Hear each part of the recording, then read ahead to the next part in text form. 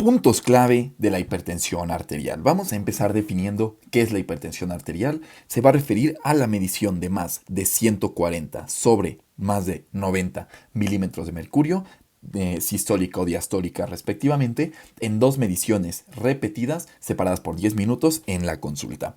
Vamos a ver que esta definición va a cambiar ahorita en el diagnóstico porque ya tenemos otros métodos para medir la presión arterial además de la medición en consulta, pero bueno, esa va a ser la definición clásica. En cuanto a un poquito de epidemia, nada más saber que el 39% de la población mexicana padece de hipertensión arterial.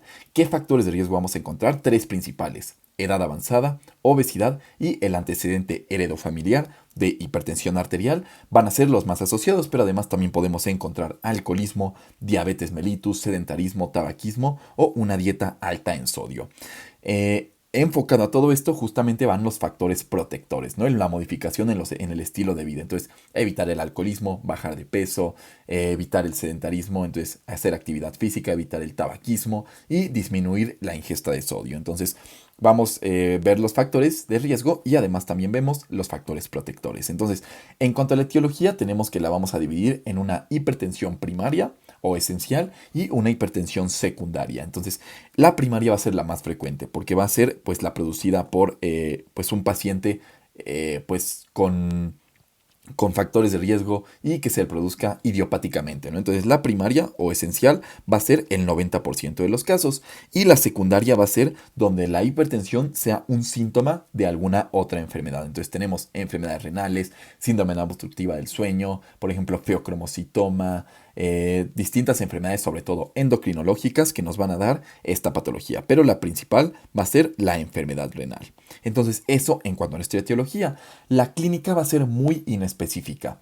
Vamos a tener, por ejemplo, cefalea, astenia, dinamia, pero no tenemos como ningún dato clínico característico de la hipertensión arterial. Por eso es importante estar haciendo tamizaje de los pacientes para pues así identificar tempranamente la hipertensión. Entonces, en el diagnóstico justamente aquí tenemos el tamizaje.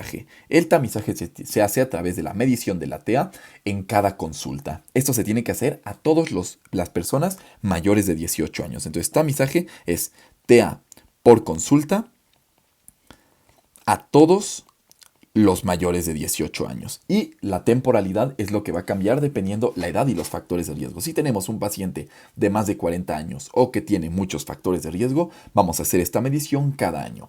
Y si tenemos un paciente de 18 a 40 años sin factores de riesgo, vamos a hacer esta medición cada 3 a 5 años. Entonces, si en este tamizaje encontramos una TA de más de 140-90, es cuando ya podemos ingresar a este paciente, no ingresar al hospital, sino ingresar al algoritmo que vamos a ver ahorita en el diagnóstico. Entonces, vamos a tener ya estudios más avanzados para identificar la hipertensión arterial. Vamos a tener el MDPA y el MAPA. MDPA es MAPA es medición ambulatoria de presión arterial y MDPA es medición domiciliaria de presión arterial. La diferencia aquí es que el MDPA es como con un aparato con el que el paciente se la puede medir él solo, ¿no? El MAPA es como un aparato tipo Holter que le está midiendo la presión arterial durante 24 horas seguidas y nos hace un promedio. Entonces, obviamente, la medición domiciliaria, es decir, que el paciente se ponga su brazalete solito, va a ser más barato, ¿no? Y por lo tanto, va a ser el primer estudio que hagamos y con el que, si nos sale anormal el MDPA, podemos realizar el MAPA después, ¿no? Entonces, MDPA y MAPA.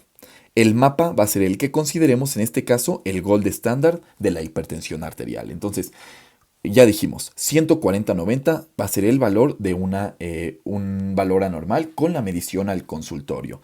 MDPA va a tener un valor de 10 menos. Entonces, de 5 menos. Entonces, MDPA, una medición de MDPA de 135 sobre 85, como dijimos, 5 menos, va a ser un MDPA anormal. Y en ese caso, estaría indicado, ahora sí, realizar el MAPA. Y el MAPA va a tener también 5 menos. Entonces, una medición de más de 130 sobre 80 nos hace el diagnóstico de hipertensión arterial. Pero este 130 sobre 80 es en un promedio durante el día. En el promedio de la noche, que nos hablaría de hipertensión arterial, es de más de 120 sobre 75, pero esto recordemos en la noche. Entonces, esa va a ser la forma en la que vamos a diagnosticar la hipertensión arterial.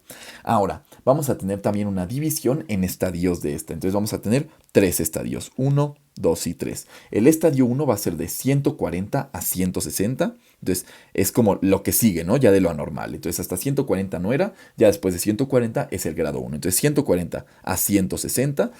La sistólica, que es esta, va de 20 en 20 en estos tres estadios y la diastólica va de 10 en 10. Entonces, si quedamos que más de que 90 es el valor, entonces aquí vamos a tener una medición de 140 a 160 sobre 90 a 100. Y como dijimos, de 20 y de 10. En el estadio 2 va a ser de 160 a 180 sobre 100 a 110.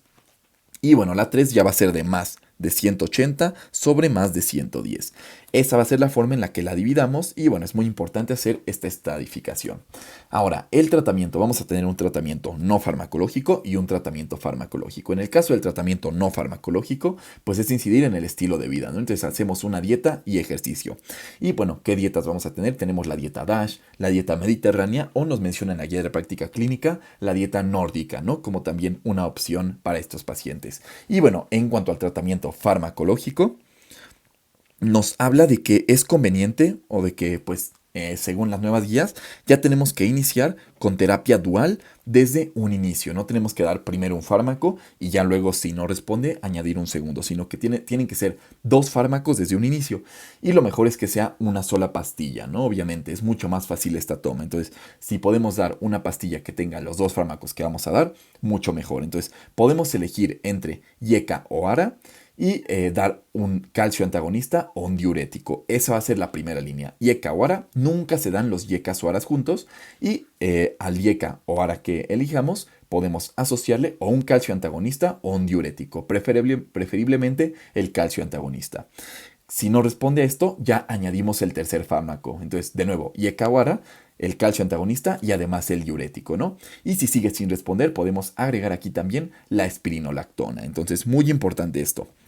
Y la terapia farmacológica va a estar indicada inmediatamente después de identificar más de 140 de presión arterial. Muy importante. Ahora, casos concretos. Un paciente renal, un renópata que tenga a lo mejor proteinuria, vamos a indicar tratamiento con IECA o ARA. No importa esa parte. Un paciente con fragilidad va a ser la única situación en donde va a estar indicada la monoterapia. Entonces, monoterapia solo a paciente frágil. Y bueno, un paciente con diabetes mellitus vamos a indicarle un IECA o un bloqueador de los canales SRAA. Y un paciente anciano vamos a preferir un diurético tiacídico junto con un calcio antagonista. Vamos aquí a omitir los IECAs o ARAs, solo en los pacientes ancianos. Y bueno, hablando de los IECAs, hay que saber los efectos secundarios que estos tienen, que son muy característicos. Y para esto, para los efectos adversos de los IECAs, vamos a tener la mnemotecnia de un IECA, ¿no? La mnemotecnia del doctor García, que es captopril. Entonces, captopril es un IECA. La C va a ser de cough y la A va a ser de angioedema.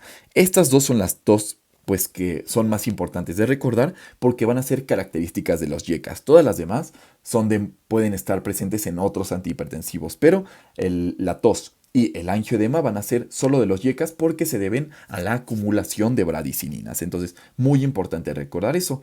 Y bueno, la P va a ser de proteinuria, la T va a ser de que es teratógeno, la O va a ser de otras, es decir, pues generales, es decir, síntomas gastrointestinales, fatiga, etcétera, ¿no? Todo esto que tienen todos los fármacos.